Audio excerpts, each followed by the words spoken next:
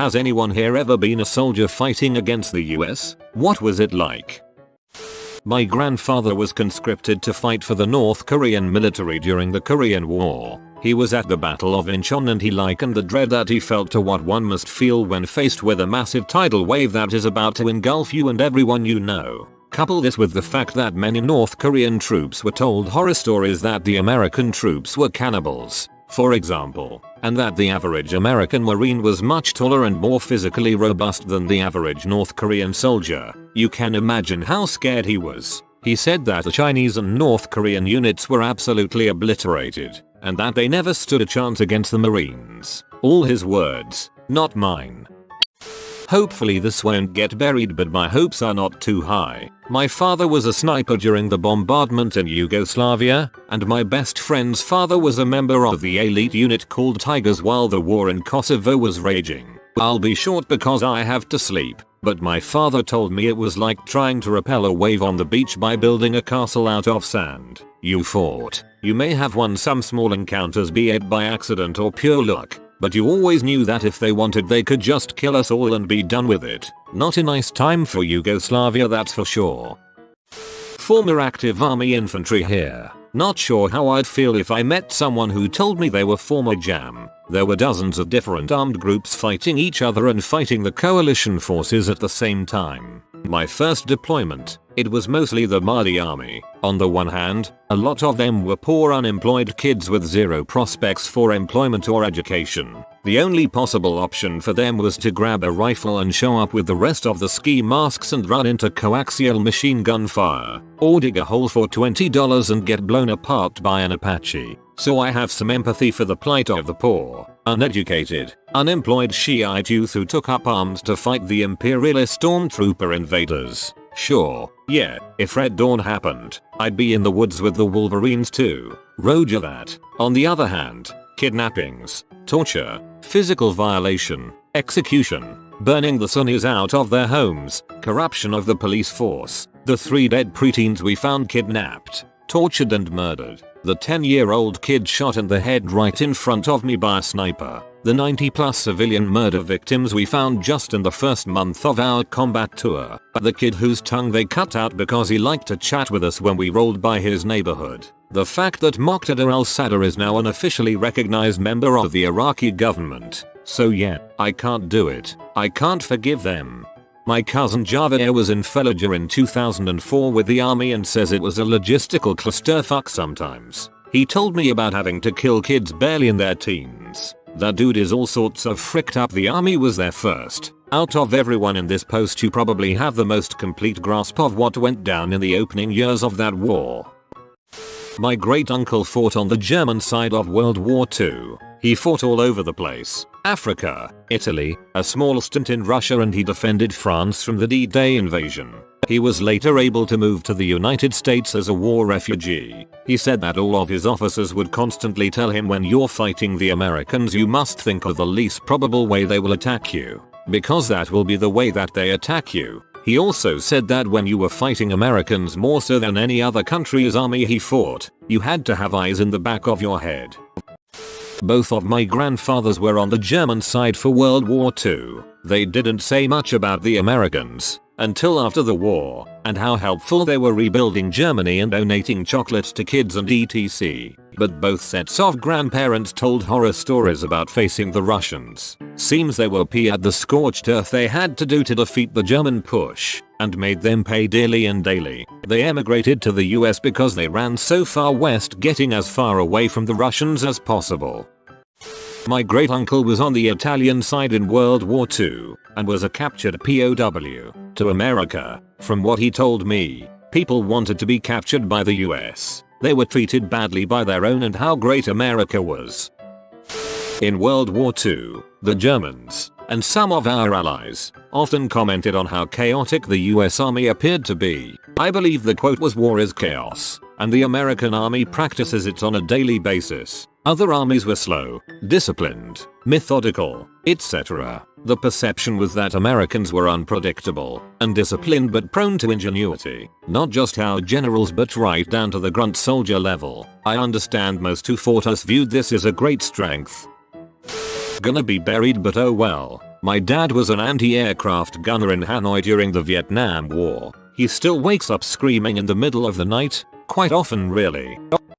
I'm an American soldier, so I'm not what you're looking for, but I'm guessing you won't find much on here, so I'll give you an analogy from some evasion training I got when getting ready for less visible operations. We were learning how to escape if you're being chased, and one of the things we trained for was trackers using dogs. The dog handlers explained it like this: look, the dogs we use are so good at what they do, so perceptive that they will find you. You won't be able to fool that dog, so you need to fool the handler. Travel in erratic patterns, backtrack, make it seem to the handler that the dog has lost the scent and is just wandering. You can't beat the dog, but you might be able to beat the man. That is what fighting the US military is like. If the man behind the dog has decided you're the enemy, you've already lost. There are many brave fighters out there, on our side and against us. But when it comes down to it, we are going to win in a direct fight. Sure, bad things happen and we lose a battle here and there, but in a war we will win.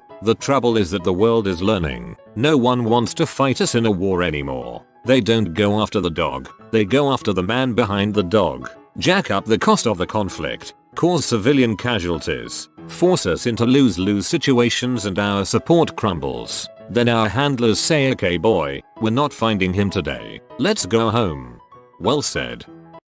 While I cannot speak from experience, I'm an American, I can relay something my father mentioned to me a few years ago. He was a Marine during the conflict in Grenada, and he was also active during the First Gulf War. He has never gone into great detail about his combat history, and frankly I wouldn't want to have him rewalk those memories, but he did mention one time how you can see a man's fear before you see him. Kind of cryptic, I know, but that one statement says a lot. He mentioned how you could hear them yelling and that the yells were not the confident kind. He meant that these men knew they were about to fight Americans, with all their fancy toys and extreme training. They knew that the Marines were coming to kill them. My dad always told me that one of the greatest weapons our military has is the image that we conjure in the minds of our enemies. While it is one thing to fight someone who you feel is an equal or lesser match to you, it is a completely different scenario to fight someone who you truly feel is a monstrous force of war. I can't speak for the other branches strictly because I don't have a close personal relationship with someone who is enlisted, and I have never enlisted. However, I can tell you that my father, and all of his Marine buddies, are absolutely vicious if prodded into an aggressive situation. They knew that the Marines were coming to kill them.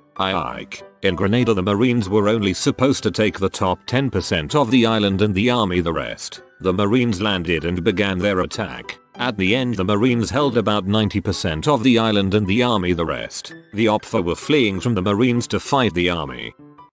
I am actually former US Army. I spent an entire summer serving as an OPFA, opposing force, at one of the Army's elite training center.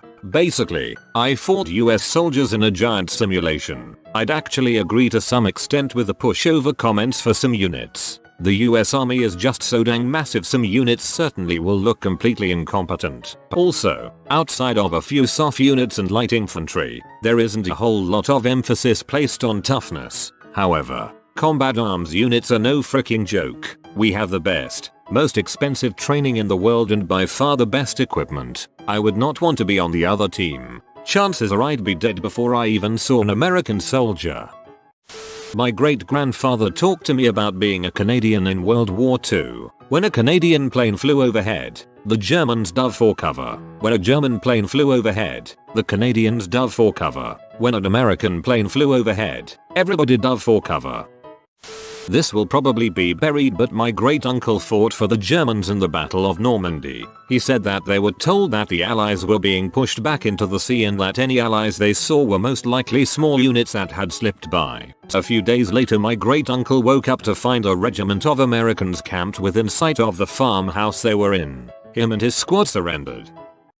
I worked for a private contracting company where we worked with bilingual Iraqi personnel for training scenarios. One of the men I worked with was an ex-Republican guard that fought against us in Desert Storm. He was a very nice guy with an open mind and amazing stories. After Desert Storm he got citizenship in America and now helps us train soldiers at multiple bases in the US. It is important for Iraq has internet, and while they may not have all agreed with the war, Some fought for Saddam. Maybe they want to say something. Also, Serbia, Somalia, Grenada, Desert Storm I, Vietnam. And then there are instances of friendly fire. I'm sure it isn't any less scary just because it's an accident. Maybe even an Argentinian who fought the British has special insight. It would still be an account of fighting a massive Western military. I have a girlfriend from Iraq who had brothers in the Iraq army. They defected pretty quick and live here now, but they tell me how insane the American arsenal was. While Iraq soldier's main method of transport was pickup trucks, motorbikes and bicycles, the Americans were transporting people in armored personal carriers that were impossible to damage. Also tells me that their quality of training was noticeable, as you would never see the Americans, you would just be shot because they knew how to move from cover to cover and remain undetected. Her brothers never killed anyone. They defected once troops entered the country. They were only 16 at the time. I am currently in the US Army right now, so I'll do my best just to describe what I see. The basic way of looking at it is the people we fight know that there is no way they could ever beat the US military. It's just too big and too technologically superior. However, their goal is to never win. It's impossible. You can't beat us in a stand-up fair fight. So to counter this, they just make their goal to not lose. And while it is impossible to win against American forces, it is very easy to not lose. Whether it be a country like Russia and China or a group of rebels like the Taliban, they all understand to not try to beat us. Just counter us. They adopt countering tactics to deny us all of our superior traits. They know they can't outmaneuver us, so they use IEDs and mines to deny us freedom of maneuver. They can't gain air superiority, so they develop anti-air missiles to shoot our planes down. They can't beat our navy, so instead of wasting money building huge ships, they build missiles. China just developed an anti-carrier missile. In Afghanistan they can't build a stable government, so they just try to undermine ours. The basic fact is eventually the American public will get sick of war and decide it's time to go home. All they have to do is wait, and they will win every time. America hasn't lost any wars. Vietnam, Iraq, Afghanistan, they are all the same. We kill thousands, maybe millions. It doesn't matter, so we just go home. We no longer win wars. We just don't lose them. Eventually we will go home tired. Does getting bombed attacked by allied US troops count on this one? If so, I'll try to get in touch with some old military buddies to post here. This comment scares and confuses me. Yeah, this is the closest I've got to an answer. My family is Panamanian. Being a civilian in a country invaded by US troops is terrifying. Tanks stopped in front of my grandma's house and started firing over it once. My cousins were all really young when it happened and they were absolutely terrified. Unfortunately, I don't have access to someone who may have fought for Noriega, the dictator at the time that the US was ousting. From Iraq here. My father fought on the defensive lines in Iraq during the Gulf War, when the West forces entered Iraq. He said it was very scary to have planes fly over. You do not see them when they are coming because they are very fast, so damage and deaths happen with no warning. Planes were followed by soldiers, but he did not get close to them. He said everyone knew the fighting was pointless, because Saddam was not a good leader, and he thought he was. Saddam thought he could fight back, but UN had better leaders, and more tools. My father told me it was like fighting bad disease, because you don't know what you are fighting, and you don't know how to fight it. Not the enemy, but was in communications. We would get intel from counter-intel guys from intercepted cell phone calls. Taliban was scared shitless when it came to engaging Marines. One report that I remember well was a commander ordering guys to engage in firefights cause they wanted to do a show of force. The guy he was ordering gave a million excuses and was scared of the new Marines cause they thought we were special forces. We had a bunch of new gear, chest rigs, radios, thermals. They ended up engaging a patrol later that week. We killed most of their cell that day. I didn't fight against the US, but fought for it. I remember seeing a man, an enemy I guess, die a fairly pointless death, though I was at a comfortable distance I suppose. I can't confirm it, but I know he was a man with a hungry family who was paid a bigger sum to take shots at the Iraqi police. They mowed down his house. There's quite a bit I still carry with me from Al-Anbar province, though it has been years. I suppose part of me always understood how fundamentally unfair life can be, but never as much as when I was over there. Now every yellow ribbon and thank you for your service carries a residual guilt that I have difficulty communicating. I'd like to think that if I could remake the world, it wouldn't be as such. After all, what would I do in his place? Probably the same. The world is full of decent men in indecent situations. I suppose the worst part is the inability to effect any meaningful change. TLDR, ain't it all a mother? I think the fact that there's hardly anyone talking about fighting against the US should be taken as a sign. My great uncle flew a 6M0 Zeke fighter aircraft for the Japanese Imperial Navy. He survived one attack on an American carrier task force but was wounded and relegated to light duty in China. He described the first time seeing the US fleet, circa 1944, as both awe-inspiring and extremely disheartening. Simply the futility of trying to fight the US. I actually gave a talk on this topic today, not just the US but basically on the losing side. I suppose I'd sum it up: the winners write history. I guess the end result of facing an army like the US, a technological monster, is you're not going to be the one writing that history book. Currently in Berlin and I just get my group, ORSUS Canada etc., to imaging no war memorials in their towns, no Veterans Day, no Anzac Day, no parades, no walls listing the dead, and then I remind them that for a large proportion of soldiers here during WW1/WW2 it wasn't they were evil, it was they were, in their minds, fighting for their home the same as our grandfathers and great-grandfathers. We get to remember our dead soldiers, to raise them up as heroes. Those that lose don't. It's a strange but powerful thing to be allowed to remember. Please do not take this as me trying to lessen the atrocities committed during World War II. You have been visited by the money bird.